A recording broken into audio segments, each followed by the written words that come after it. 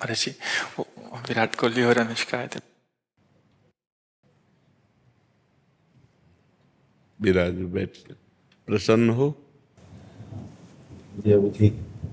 हाँ, नहीं, ठीक ही रहना चाहिए। हम आपको अपने प्रभु का विधान बताते हैं थोड़ा सा। जब प्रभु किसी पर कृपा करते हैं, ये वैभव मिलना कृपा नहीं है, ये पुण्य है। पुण्य से एक घोर पापी को भी देखो, पाप करके भी उनका कोई पुण्य है जिससे वो सुकृत पूर्व के सुकृतवश चल रहे हैं, नया पाप है। ये वैभव बढ़ना या यश बढ़ना, ये भगवान की कृपा नहीं मानी जाती। भगवान की कृपा मानी जाती है अंदर का चिंतन बदलना, जिससे आपके अनंत जन्मों के संस्कार भस्म होकर और अगला जो है वो बड़ा उत्तम होगा। अंदर के चिंतन से होता है, बाहर से कुछ नहीं होता। महत्व अंदर का चिंतन। अच्छा, अंदर का चिंतन हम लोगों का स्वभाव बन गया बहिर्मुखी।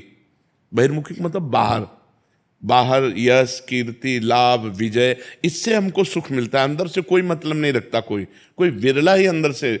अब क्या होता है, भगवान जब कृपा करते हैं तो संत समागम देते हैं, फिर दूसरी जब कृपा होती तो विपरीतता देते हैं, और फिर अंदर से एक रास्ता देते हैं, ये मेरा रास्ता है, ये परम शांति का रास्ता है, ये शांति का रास्ता नहीं। भगवान वो रास्ता देते और जीव को अपने पास बुला लेते हैं।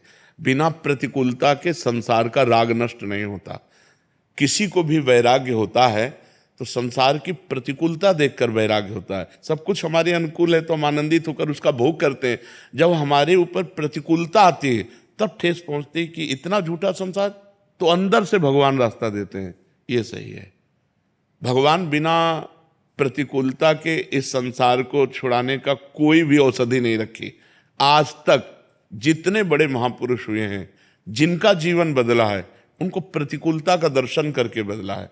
तो कभी प्रतिकूलता आए तो उस समय आनंदित हो कि मेरे ऊपर अब भगवान की कृपा हो रही है, कि मुझे सतमार्ग में चलने की प्रेरणा मिल रही है। अगर सतमार्ग छूटा हो, ये सब तो एक सेकंड के लिए आप विचार कीजिए। अब अपना सुधार कर लो, अपने जीवन को सत्य में ले आओ, तो अगला जो होगा वो बहुत जोर का होगा।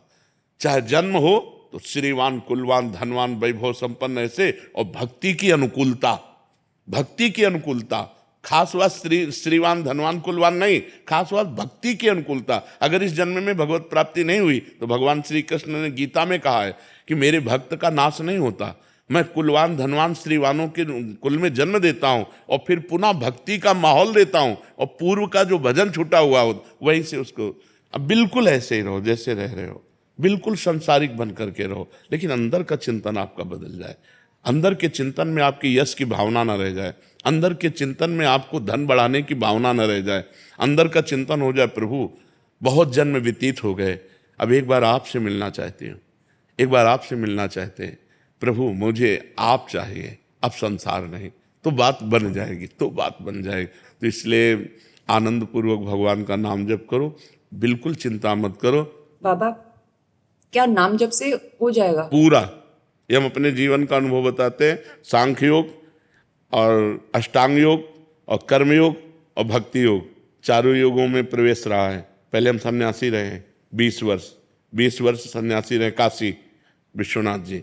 तो हम सांख्य योग, अष्टांग योग, जो अष्टांग योग है ना, अष्टांग योग कर्मयोग, इन तीनों को अच्छी प्रकार जान करके और फिर भक्ति योग में आए हैं। स्वयं भगवान शंकर से बढ़कर कोई ज्ञानी तो नहीं ना, सनकादि से बढ़कर कोई ज्ञानी नहीं। वो हरिशरणम सनकादि हर समय जपते रहते हैं। भगवान शिव राम राम राम राम राम राम जपते रहते हैं। हम वृंदावनवासी प्रिया प्रीतम के उपासी, तो जो राम में राह है वही राह है, जो धा है ये रस देने वाली वस्तु है।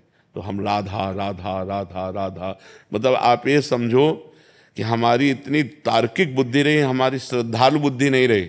सन्यासी की जो बुद्धि होती है वो तर्क प्रधान होती, कसौटी पर कसने पर। तो हम केवल भावुकता में राधा राधा का प्रचार नहीं कह रहे कि हमने सुना और ऐसे ग्रंथों में पढ़ा और ऐसे कह रहे, स्वयं स्वाद लेके कह रहे और विश्वास के साथ कह रहे कि यदि आप राधा राधा जपते हो तो इसी जन्म में भगवत प्राप्ति हो जाएगी, इसी जन्म में। जैसे किसी से कहा जाए कि तुम सत्य बोलो, मंदिर में चढ़ के बोलो, तो हम मंदिर में नहीं, हम वृंदावन में बैठे हैं। करोड़ों मंदिर इसकी समानता नहीं कर सकते, भगवान का परम धाम है। अगर राधा राधा नाम चल रहा है तो इसी जन्म में भगवत प्राप्ति हो जाएगी। हमारी आखिरी श्वास यदि राधा, तो मुझे श्री जी की प्राप्ति, भगवान की प्राप्ति हो जाएगी, इसमें कोई संशय नहीं। और किसी साधनों की कोई आवश्यकता नहीं। आप केवल अंदर ही अंदर चलाइए और लिखिए। देखो, हम जो कह रहे हैं उसको समझो। बहुत अधिक नाम जपने की हमें चेष्टा नहीं करनी, कम संख्या हो लेकिन मन लगा करके हो। जैसे हम, अब देखो, आप लिखो राधा, अपने दिमाग में लिखो, खुले नेत्र लिखो या बाहर बाहर देखो, दिखाई दे रहा है राधा लिखा हुआ। वही कान में सुनो राधा, वही अंदर उठाओ राधा। ये तीनों का एकाकार हो जाए तो ये करोड़ों नाम जप के बराबर है। देखो, जैसे हम बोला राधा, ऐसे हम 1000 राधा नाम बोले तो हम बोला राधा, ये उपांशु है, इसे उपांशु कहते हैं। राधा राधा राधा राधा 1000 बार, ये उपांशु हुआ। अब ये ऐसे उपांशु हम 10,000 बार जप करें, अंदर देखते हुए बोले राधा, उपांशु 10,000 बार नाम जप करने का फल एक बार मानसिक में है। इतना बड़ा फल है ये। ऐसे राधा राधा राधा चल रहा है, नेत्रों से हम उसे देख रहे हैं, कानों से उसे सुन रहे हैं। आप देखना कि अगर मन भगेगा तो आप लिख नहीं पाओगे राधा नाम, अगर लिख रहे हो तो मन भगेगा नहीं। तो चाहे 10 बार लिखो, 100 बार लिखो, लेकिन एक अभ्यास बनाओ ऐसा कि कुछ समय शांति से स्नान आदि करके बैठ गए और राधा राधा लिख रहे हैं, उसी का चिंतन कर रहे हैं। इसे अपना जीवन बना लो, फिर आप परिणाम में खुद देख लेना। कोई घाटे का सौदा तो है नहीं। ठीक है, ये सखी को दे दे, ठाकुर शिव जी की है।